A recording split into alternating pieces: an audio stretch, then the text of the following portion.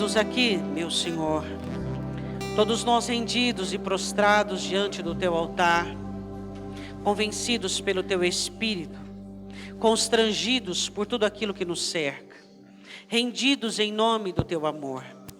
Nós Te louvamos e Te adoramos, ó Deus, porque somos salvos. Pelo nosso nome estar escrito no livro da vida, nós sabemos pela Sua palavra o quanto isso tem custado ao céu. Ó Deus, em nome de Jesus, nós Te agradecemos por fazermos parte do Teu reino e do Teu aprisco. Nós Te agradecemos, ó Deus, por todas as maneiras que o Senhor tem nos cercado, de graça, de misericórdia, de benevolência, por todos os atrativos e os chamados do Senhor para com as nossas vidas. Nós Te louvamos em nome de Jesus. Amém. Amém, irmãos? Abra comigo a sua Bíblia em Mateus capítulo 24. Mateus capítulo 24. Um dia você estava perdido, como diz Paulo, sozinho sem Deus, e Deus enviou alguém para falar do Evangelho para você, e você veio até o Senhor Jesus. Não, Ele foi até você, e Ele te chamou para o reino dEle, e Ele te chamou para uma família, e desde então Ele tem te abençoado, Ele tem te ajudado, Ele tem estado junto com você.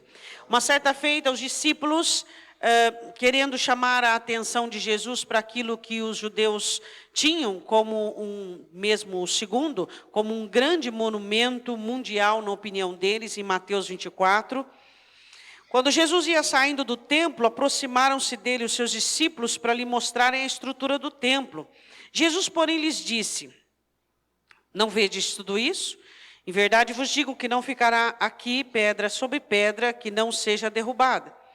Estando assentado ao Monte das Oliveiras, chegaram-se ele e os seus discípulos, em particular, dizendo: dize-nos quando serão essas coisas e que sinal haverá da tua vinda e do fim do mundo? Podem se assentar.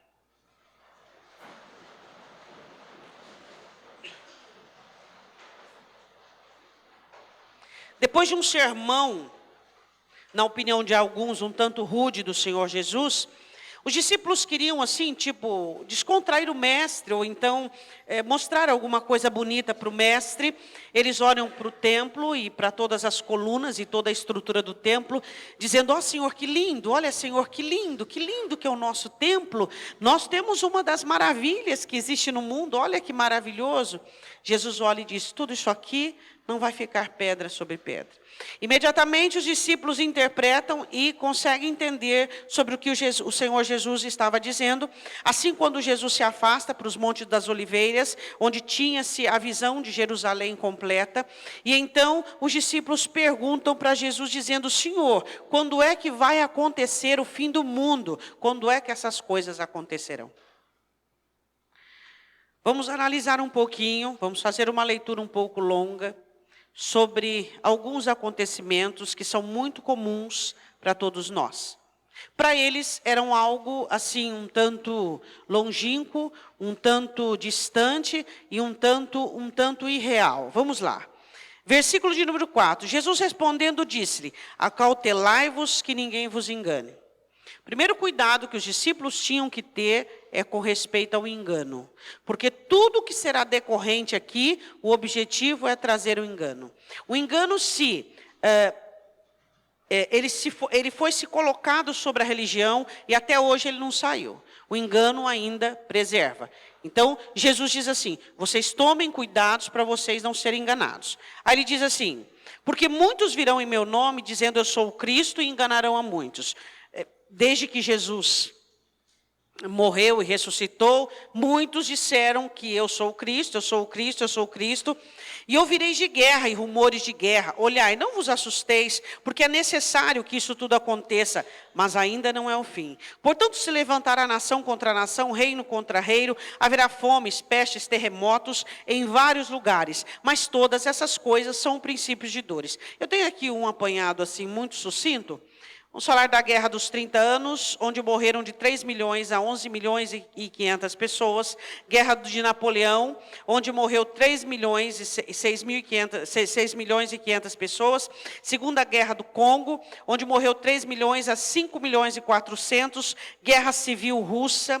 Nós tivemos, em 1862, a revolta de Dugan, na China, onde morreu 8 milhões a 12 milhões de pessoas. Nós tivemos a investida de Tamerlão, na Ásia, em 1369, 15 milhões a 20 milhões. Primeira Guerra Mundial, que aconteceu em alguns continentes e aí proliferou-se. 15 milhões a 65 milhões em 1914 a 1918. A rebelião de Taiping, na China também, de 20 milhões a 60 milhões.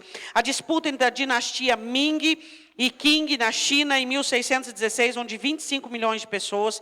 As investidas mongóis, de 1207 a 1472, de 30 milhões a 60 milhões de pessoas. A rebelião de Anluzban, a China, de 755 a 763, onde 33 milhões a 36 perderam suas vidas. A Segunda Guerra Mundial, onde os continentes foram atacados. De 1939 a 1945, durante 6 anos, 40 milhões a 72 milhões de pessoas. 7 guerras que estão acontecendo na atualidade, que nós nem imaginamos. 162 países foram analisados e apenas 11 não estão com algum tipo de motim. Guerra do Congo está acontecendo, guerra da Síria está acontecendo, agora temos um motim e uma guerra civil na Venezuela, conflitos no Egito, na Ucrânia, na Rússia, conflitos no Boko Haram, na Nigéria, guerra civil na Líbia e conflitos no Iêmen. 13 doenças temidas pela humanidade: varíola, gripe, peste negra, tuberculose, AIDS, cólera, tifo, febre amarela, ebola, sarampo, malária, raiva, poliomielite. Todas essas doenças não existiam. Todas essas catástrofes não tinham acontecido. Então, em 2000 anos, quantas guerras existiram, que Jesus disse, e quantas coisas aconteceram. Mas ele diz assim, isso é só o princípio de dores. Então, quer dizer, nós aqui, em 2019, temos uma trajetória passada do cumprimento dessa profecia. E outras guerras virão por aí, outras doenças e mais coisas. Versículo de número 9. Então vos hão de entregar para seres atormentados, matar-vos-ão e sereis odiados de todas as nações por causa do meu nome. Isso aconteceu com os discípulos. Isso aconteceu com os cristãos. Os cristãos eram queimados, eram engolidos por animais. Nesse tempo, muitos serão escandalizados, trair-se uns aos outros e uns aos outros se odiarão. Surgirão muitos falsos profetas e enganarão a muitos. E por se multiplicar a iniquidade, agora ele já está falando sobre o tempo, a iniquidade se multiplicando, o amor de muitos se esfriará. Você vê cumprido isso hoje nos nossos dias. Aquele que perseverar até o fim, esse vai ser salvo. Este evangelho do reino será pregado em todo o mundo. Paulo diz aos romanos que o evangelho havia chegado aos confins da terra, e uma das nações mais jovens que existem, você sabe qual é?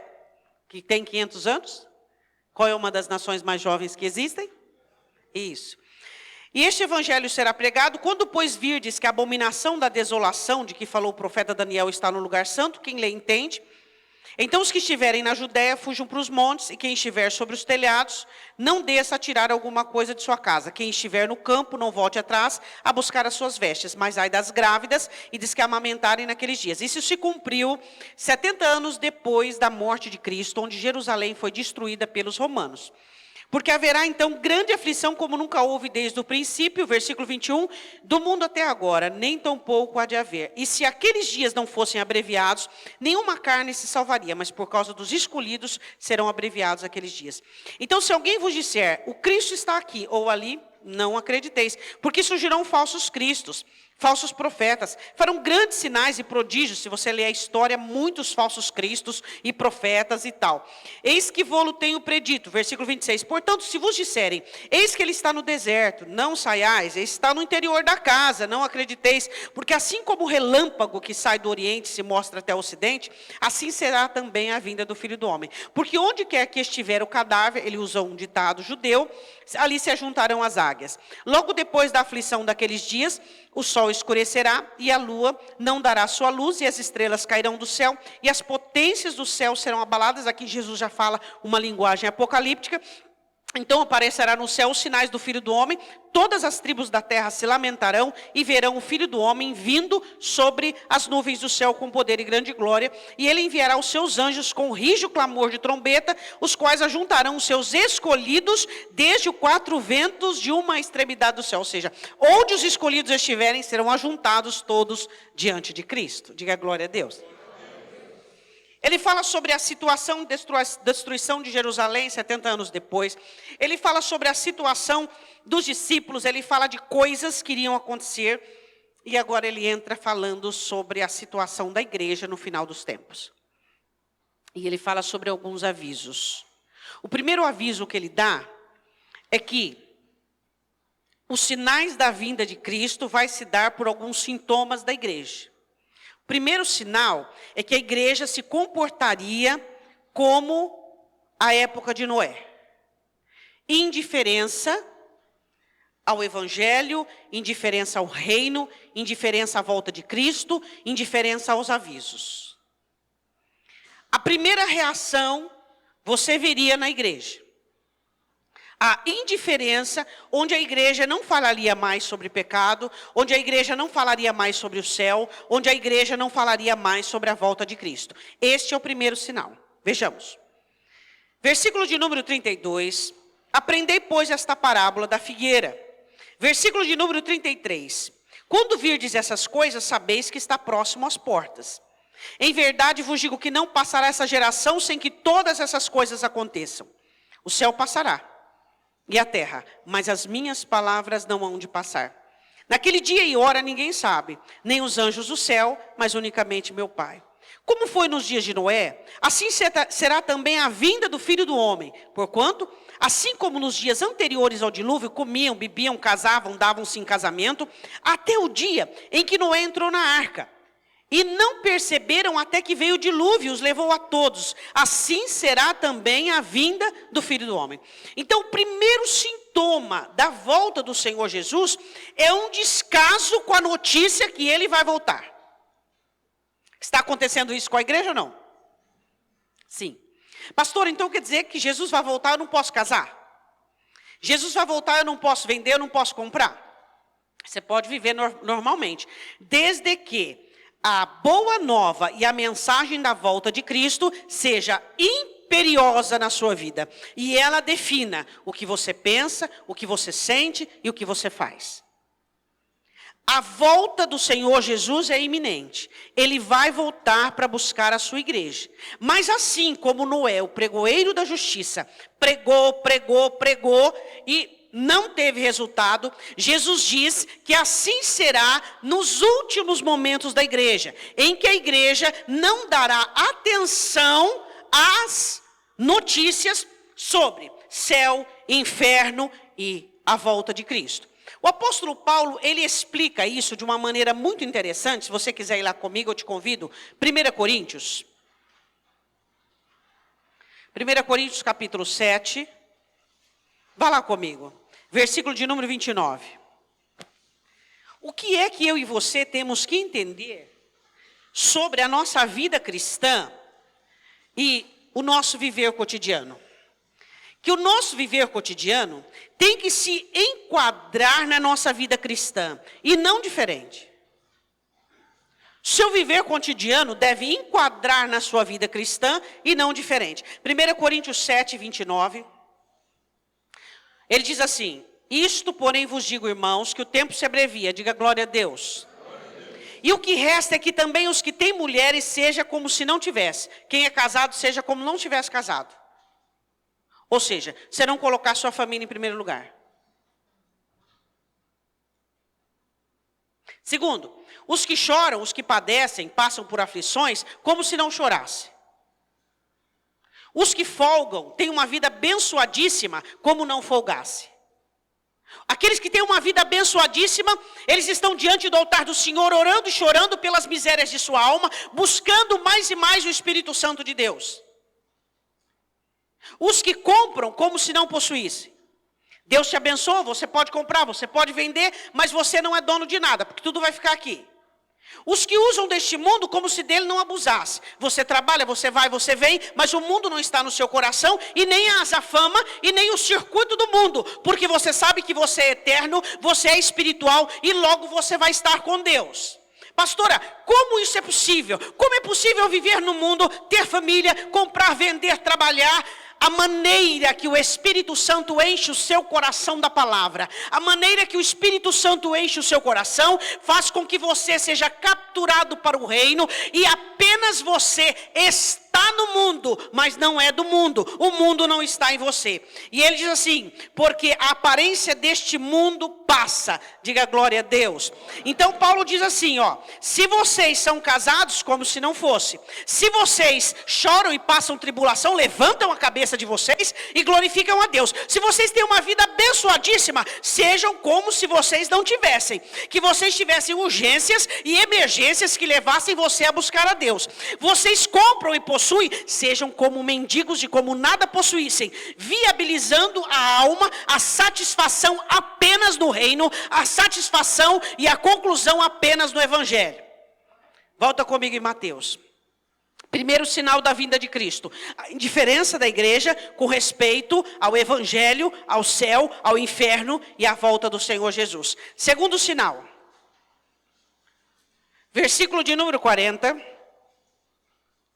Estando dois no campo, será levado um e deixado o outro. Estando duas moendo no moinho, será levada uma e deixada a outra. Vigiai, pois, porque não sabeis a que hora há de vir o vosso Senhor. Mas considerai isto, se o pai de família soubesse a que vigília da noite havia de vir o ladrão, vigiaria e não deixaria minar a sua casa.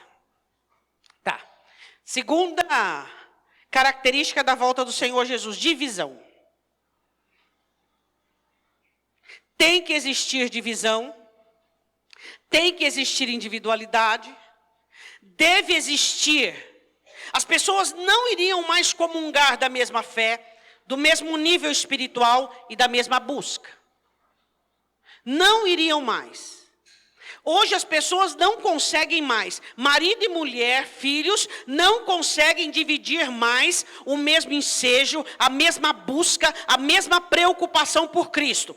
Ora a mulher está fria, ora o marido está frio, ora os filhos estão frios, e assim vai, de frieza em frieza.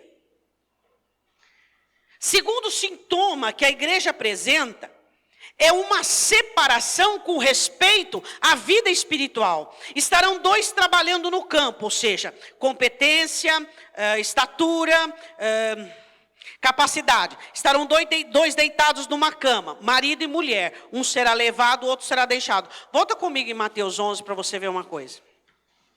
Só volta um pouquinho aí, Mateus capítulo 11. Mateus 11, 32. Olha o que diz. Portanto, qualquer que me confessar diante dos homens, eu confessarei diante de meu Pai que está nos céus. Mateus 10, capítulo 10. 10, versículo 33. Mas qualquer que me negar diante dos homens, eu negarei também diante de meu Pai que está nos céus. 10, 34. Não cuideis que vim trazer paz à terra. Não vim trazer paz, mas a espada.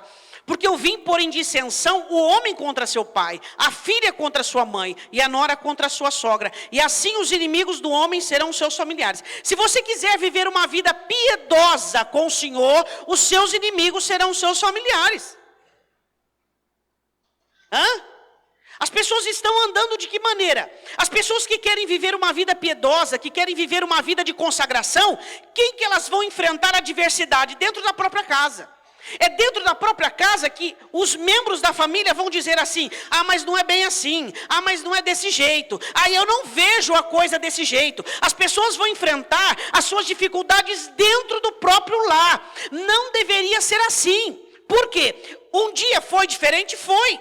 Famílias inteiras se rendiam a Cristo em séculos passados. Famílias inteiras dividiam a mesma busca, a mesma intercessão. Famílias inteiras jejuavam junto, cresciam junto. Mas hoje está existindo o quê? Uma divisão muito grande, onde alguns dentro da família quer Deus, ama Deus, busca Deus, enquanto em contrapartida, outros estão todos tranquilos, folgando, comendo e bebendo. E ainda o quê? Aí Jesus diz uma coisa muito interessante, ele diz assim: Versículo de número 37. Quem ama o pai ou a mãe mais do que a mim, não é digno de mim. Quem ama o filho ou a filha mais do que a mim, não é digno de mim. Quem ama o marido ou a esposa mais do que a mim, não é digno de mim. Ou seja, se você amar a sua família mais do que Jesus, você não é digno dele. Então, o primeiro sintoma é a indiferença com respeito às boas novas, o céu, inferno, palavra. Segundo sintoma, qual que é? Volta comigo em Mateus 24. Segundo sintoma, qual que é? É a divisão que está existindo dentro do lar. Está existindo uma divisão entre amigos, entre pessoas. Por que está existindo essa divisão? Porque é o fim vem. Não são todas as pessoas que estão comungando do mesmo posicionamento cristão. As pessoas não estão mais conseguindo ter comunhão uns com os outros no tocante à busca pelo Espírito Santo, a busca pela palavra de Deus. Então Jesus diz, haveria uma divisão, onde alguns se colocariam para buscar a Deus e outros não. Essa divisão está acontecendo no meio da igreja e essa divisão está acontecendo no meio de família. Está acontecendo. Aí você diz assim, mas pastora, os maus não têm corrompido os bons? Não.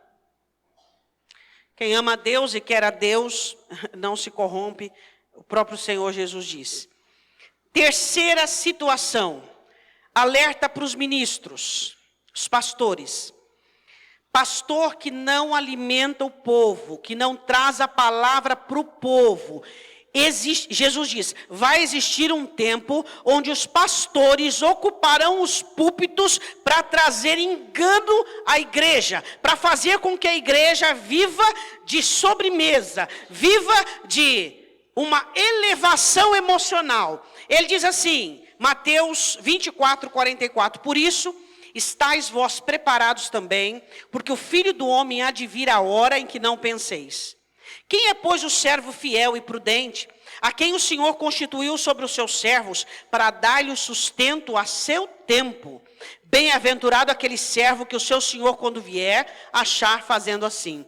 Pastor foi levantado para alimentar a ovelha. Pastor não foi levantado para dar tapinha nas costas, para levantar o moral de ninguém. Ele foi dado para poder ensinar. Isso é santo, isso é profano. Isso é bom, isso é mal. Isso o resultado é inferno, isso o resultado é céu. Alimentar a ovelha para que ela possa discernir o bem e o mal. Alimentar a ovelha para que ela possa combater as malignidades. Um ser humano bem alimentado, ele vai combater as enfermidades provenientes dentro dele. Ele tem uma imunidade elevada. Crente que é alimentado, ele consegue resistir às paixões, ele consegue resistir ao pecado, ele consegue resistir ao mal que está do lado de fora e que por muitas vezes quer entrar dentro dele. Mas Jesus diz, aqueles pastores que não trazem o alimento e o mantimento e vão embriagar-se, comer, beber, e vão espancar, e vão fazer aquilo que não é do agrado do Senhor, condenação para eles. Primeiro sintoma, indiferença com respeito à volta de Cristo.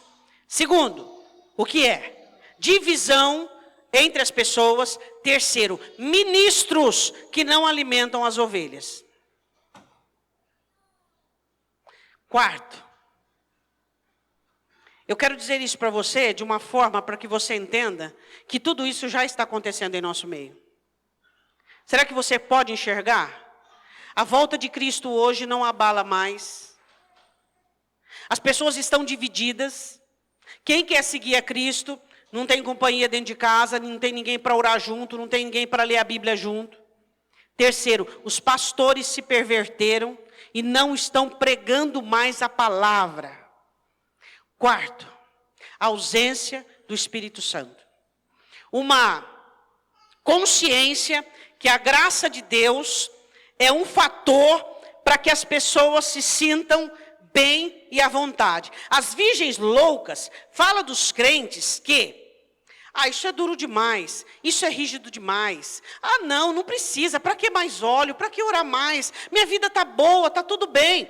As virgens loucas trata-se de parte da igreja que por imprudência, por loucura, acha severo demais o mandamento, mas é o mandamento severo que salva. É a palavra escrita que salva. Os que odeiam a rigidez da Escritura, um dia vai desejar a sua passagem para o céu. Tem gente que odeia a rigidez da Escritura, não gosta. Paulo diz a Timóteo, sente comichões, ficam inquietos. Por quê? Porque não gostam, mas a essa rigidez. 5 virgens disseram assim, não, mais. Isso não é o suficiente, mais. Você tem dito isso para você? Mais. Mais de Deus, mais da palavra, mais de culto, mais do Espírito Santo, mais de graça, mais de perdão, mais de humildade, mais de submissão. As 5 prudentes diziam, mais. As loucas diziam, tá bom. O quanto você ora, tá bom. Tá bom. O quanto você vem à igreja, tá bom. Tá bom. O quanto você faz a obra, tá bom. Tá bom. O quanto, tá tudo bom para ele. As loucas achavam que tudo estava bom. Essa quantidade de óleo, tá bom. Tá bom. Por quê? Porque pode ser que ele não demore, mas ele demorou.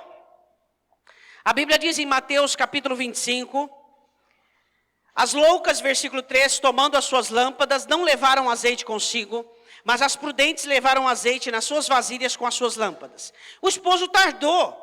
Versículo 6, mas à meia-noite ouviu-se um clamor, aí veio o esposo.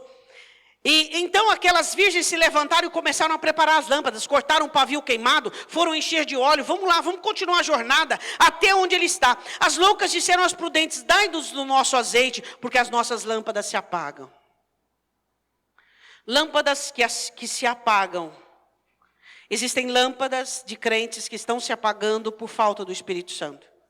Não existe mais alegria, não existe mais gozo, tudo é uma mureta, um muro, uma barreira, uma cerca, para que a pessoa não se entregue. Uma hora a culpa é do trabalho, outra hora a culpa é da igreja, outra hora é do líder, outra hora é do irmão, outra hora é da família. Tudo é objeção, tudo é impedimento, tudo é desculpa para a falta de quebrantamento, para a falta de comunhão. Eu vou dizer uma coisa para você, Jesus Cristo morreu e quebrou a barreira de inimizade, e quebrou e rasgou o véu, e ele diz assim, pode vir meu filho, pode entrar, para comunhão. A Bíblia diz assim, que essas olharam para aquelas que tinham óleo e disseram, dá-nos deste óleo. Elas disseram, nós não podemos, porque se vai faltar, vocês não têm, vai faltar para nós também. Vai comprar, tarde demais. Tarde demais para orar, tarde demais para buscar, tarde demais para vir à igreja, tarde demais, tarde demais. Você sabia que um dia será tarde demais?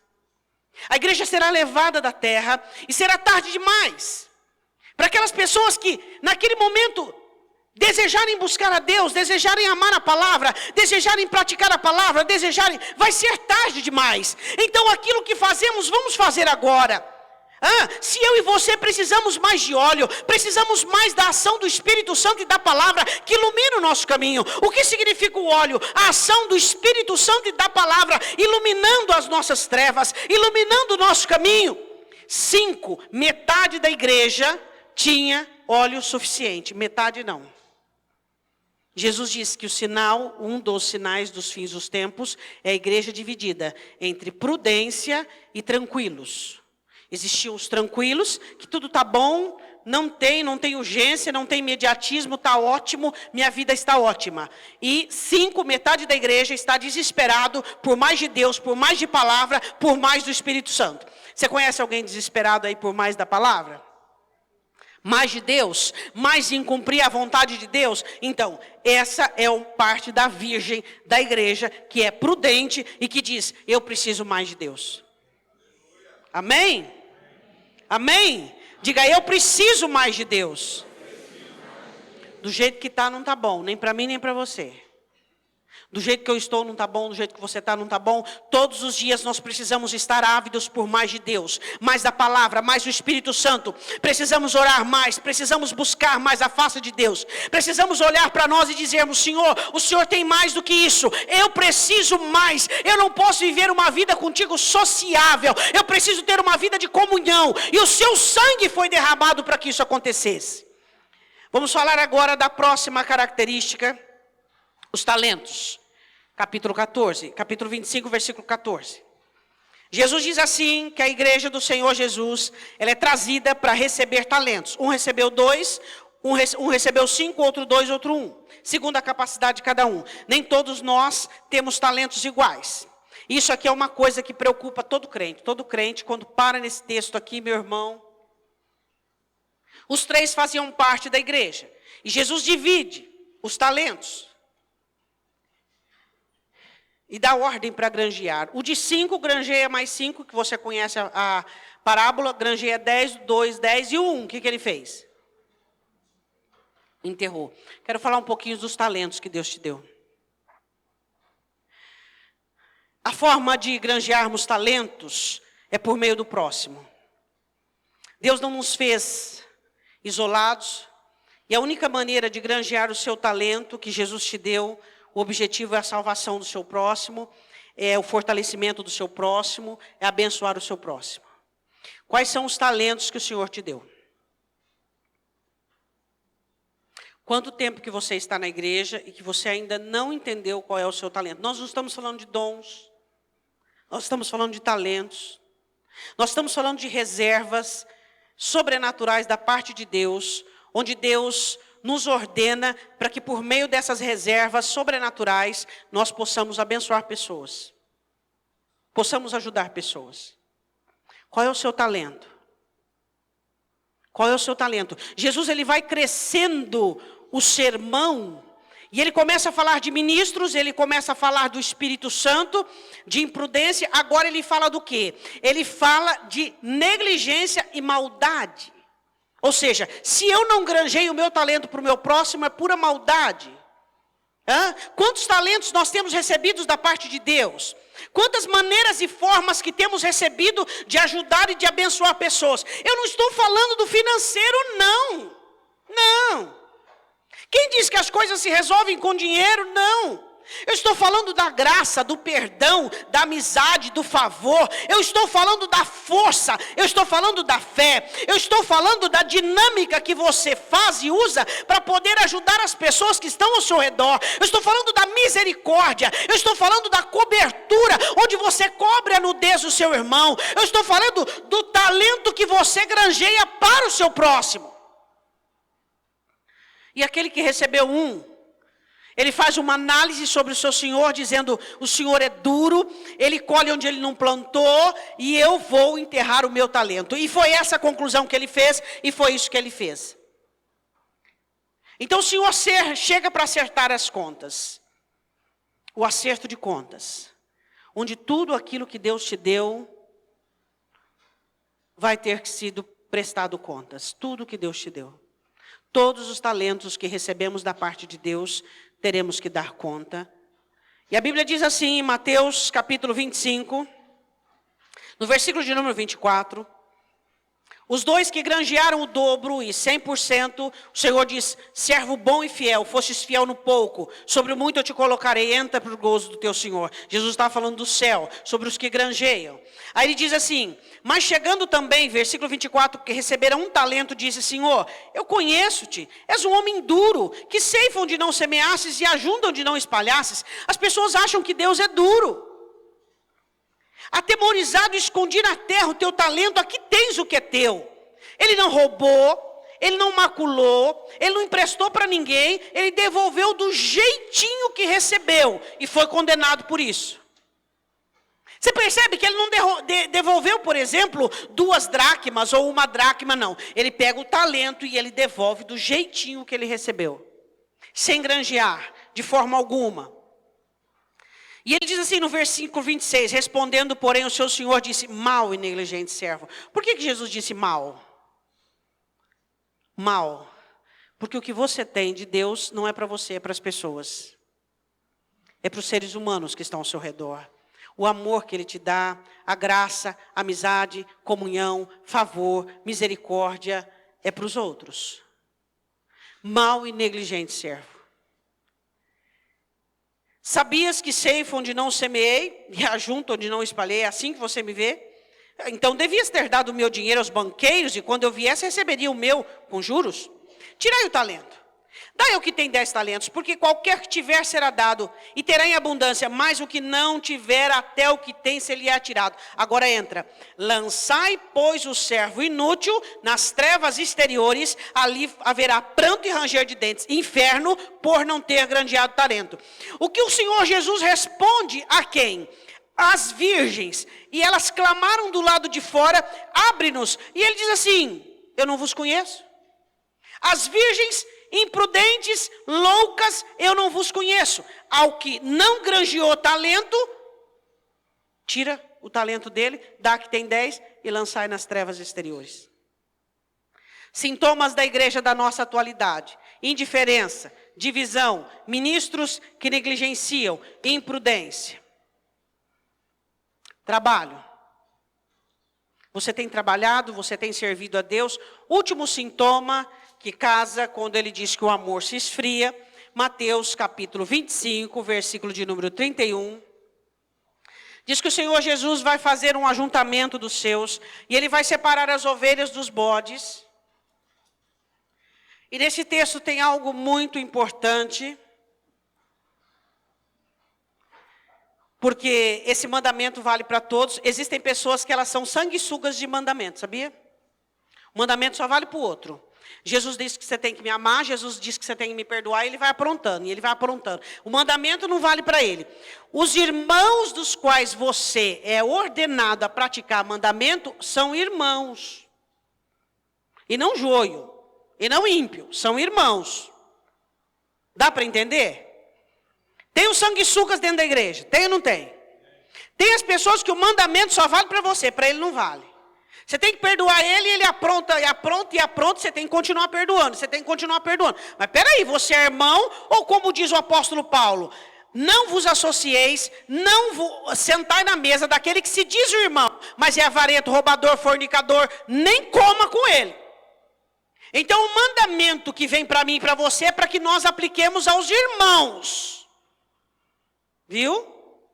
E Jesus começa a dizer sobre o amor que se esfriou.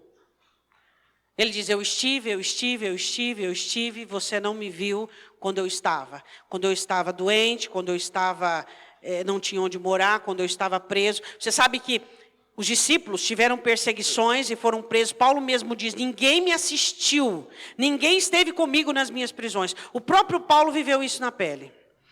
Julgamento das nações, versículo 31.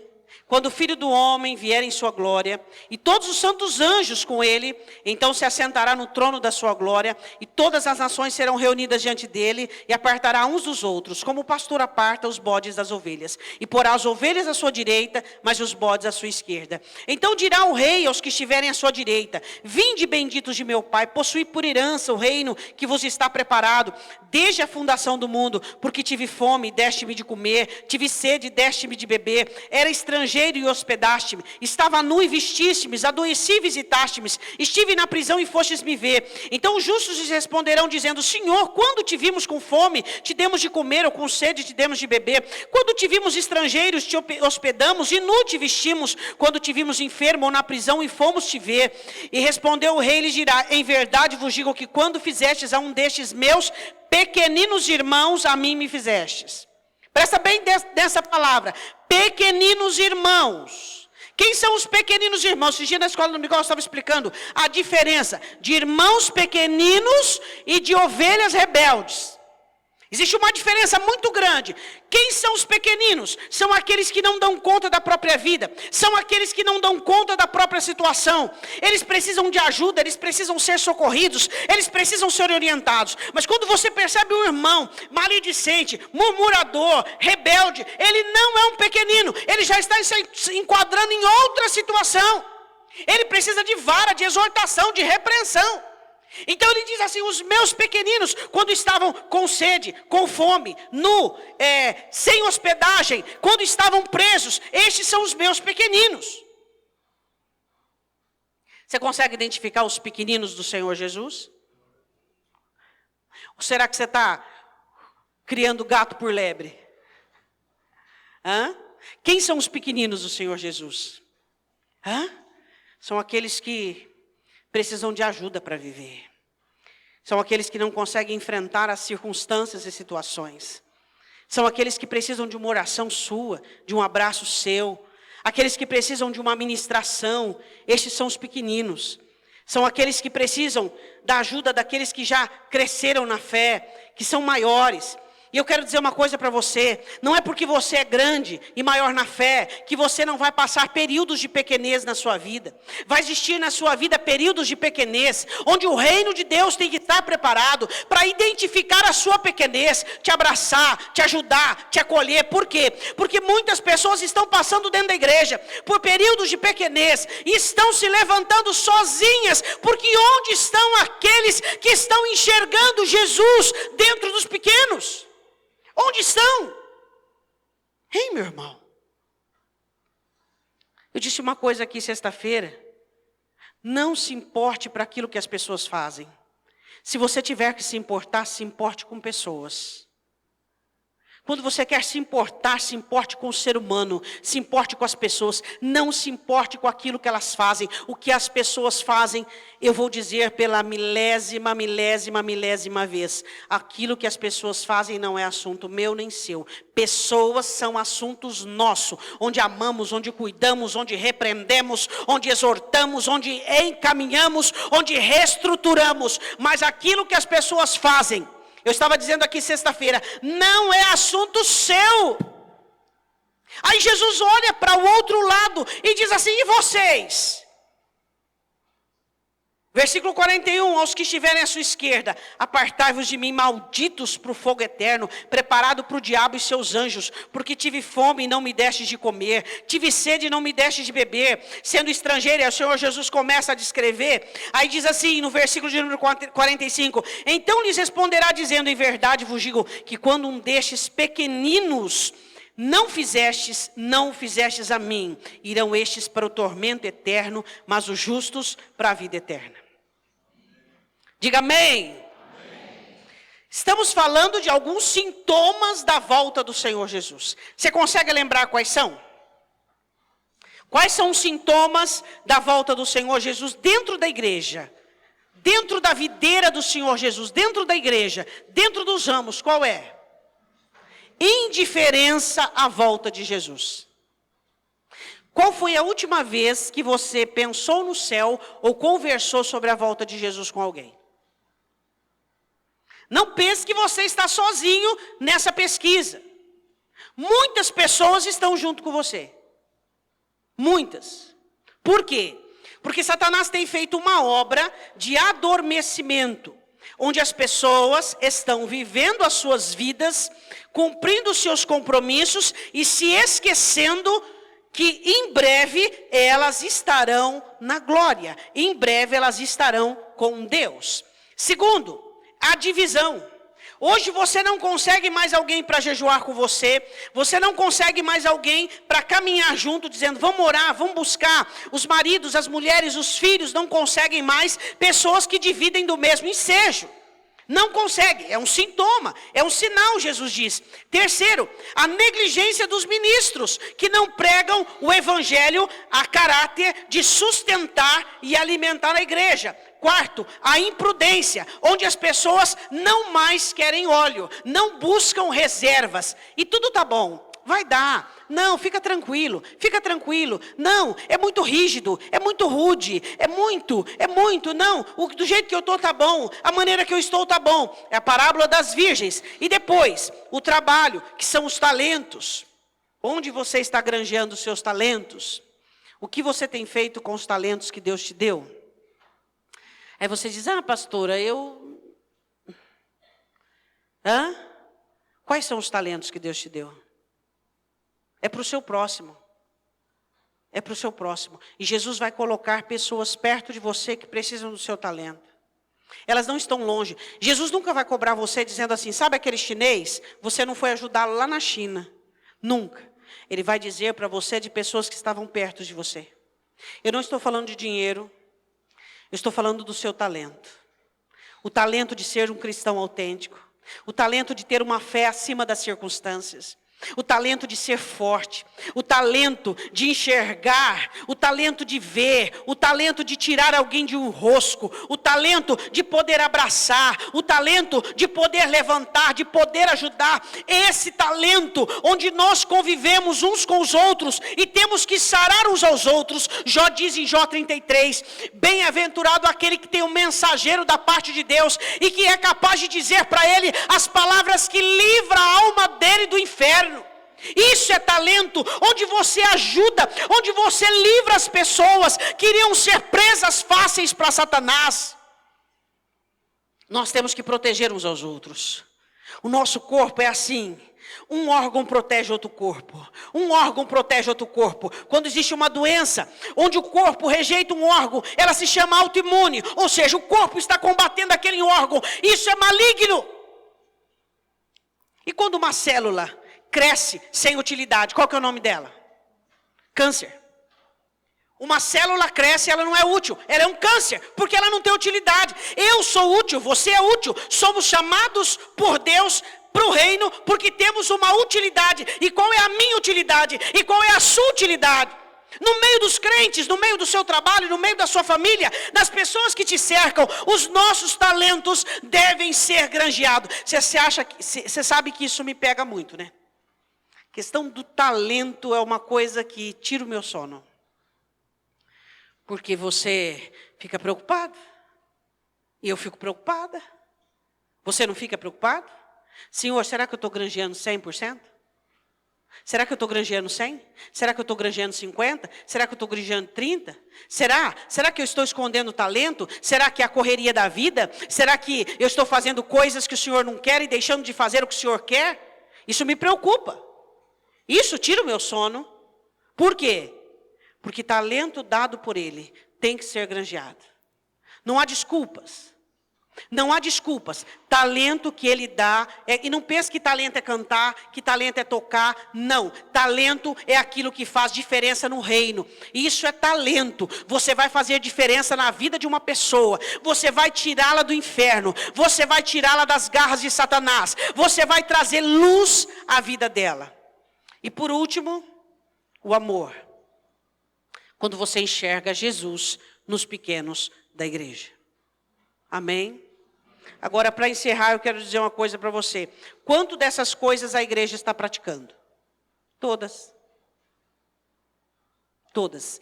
Então, o fim está aí. Jesus está voltando. Jesus está voltando. Jesus está voltando. E ele diz assim, não adianta vocês acharem que eu vou dar um sobreaviso. Vai ser de repente. Ah, pastora, como diz Pedro, desde que eu me converti, eu estou ouvindo que Jesus está voltando. Que bom. Que bom. E que essa mensagem ela continue desenvolvendo em você uma perspicácia, uma urgência e uma dedicação. Jesus está voltando. Ele vai vir buscar a sua igreja. Sem mancha, sem mácula e sem ruga. E você faz parte dessa igreja. Só que o que nós precisamos entender é que essas obras não podem existir em nós. Não podem existir em nós. Esses ministros aqui, do 24, do 44 ao 51, eles vão dizer assim para Jesus, Jesus, nós expulsamos demônios, fizemos maravilhas. Jesus vai olhar e dizer, eu não conheço vocês que praticam a iniquidade. Os ministros. Tiago 4, versículo 1 diz assim, não sejais todos vós mestres, porque vocês receberão mais duro juízo. Pastores receberão mais duro juízo que ovelha, porque a quem muito é dado, muito se lhe é exigido. Então cuidado, pastores receberão juízo diferente de ovelha, julgamento diferente de ovelha, a conversa é outra. Com líderes pastores a conversa é outra. A conversa agora é aqui, Por quê? Porque Tiago diz, não sedes vós todos mestres, porque receberão mais duro juízo.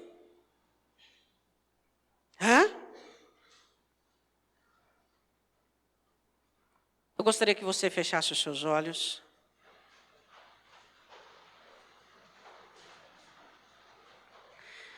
Eu quero que você questione a sua alma agora. Como está o seu coração com respeito à volta de Cristo? Você está preparado para esta volta? Você está preparado para se encontrar com o Senhor Jesus? O quanto você tem estado preparado? O quanto você tem pensado no céu? O quanto você tem pensado na sua eternidade? Satanás está trabalhando com a igreja, para que a igreja não pense mais no céu, para que, como o apóstolo Paulo diz, as pessoas colocam a família, o trabalho, a vida em primeiro lugar. O apóstolo Paulo diz: você que é casado, seja como se não fosse. Você que chora, como não chorasse. Você que folga e é abençoado, como não fosse. Você que compra, como não possuísse nada. Você que ainda tem que usar do mundo, não abuse dele, fazendo dele a sua conduta e seu meio de viver.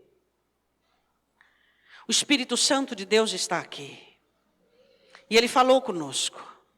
E Ele está falando conosco. Nós precisamos estar preparados para a volta do Senhor Jesus. A mensagem da volta do Senhor Jesus foi arrancada da igreja. Foi arrancada do coração dos crentes. Os crentes ficam desconfortáveis e incomodados com a mensagem da volta do Senhor Jesus. E o Senhor Jesus disse para mim e para você quais seriam os sintomas da igreja da volta dele. Ele falou que haveria indiferença com respeito à volta dele. Ele falou que as pessoas, elas se envolveriam de tal maneira com esta vida, de tal maneira com as circunstâncias, que a divisão seria um fato. Que você não teria mais a mesma comunhão com as pessoas da sua família, com as pessoas ao seu redor. E que os pastores não pregariam palavra que alimentasse as suas ovelhas. E que a imprudência por não existir óleo, e que a falta de granjear talentos e a ausência do amor. Eu quero fazer um apelo nesta noite. Eu quero fazer um apelo para você que precisa acertar as contas com Deus, com respeito à sua alma, com respeito à dedicação sua à sua alma. O Senhor está te perguntando nesta noite o quanto você tem dedicado à sua alma, e o quanto você tem dedicado à sua vida que vai ficar aqui. Você que nesta noite precisa fazer um concerto com Deus, você que está no pecado, você que sabe que tem contemplado o pecado na sua vida, e você está no pecado, e você quer fazer uma reconciliação com o Senhor Jesus. Você que quer reconciliar-se com Jesus, pode vir ao altar. Você que precisa cuidar melhor da sua alma, e você reconhece isso, eu quero convidar você para dobrar os joelhos no chão, onde você está mesmo. Onde você está, eu queria convidar você para dobrar o seu joelho no chão. Você que precisa cuidar da sua alma, você que precisa olhar para a sua vida. Mas você que nessa noite está em pecado, e você precisa reconciliar-se com Jesus.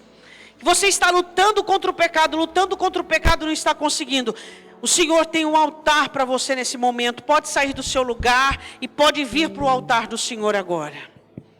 Você que está aí no seu lugar, com seus joelhos dobrados, clama ao Espírito Santo de Deus. Fala: eu preciso amar a vinda de Jesus. Eu preciso entender que às vezes tenho que andar sozinho. Eu preciso crescer sozinho, eu preciso vir à igreja sozinho, se for preciso, orar sozinho, ler a Bíblia sozinho. Eu preciso entender isso. Eu preciso entender que eu preciso de mais do Espírito e mais da palavra.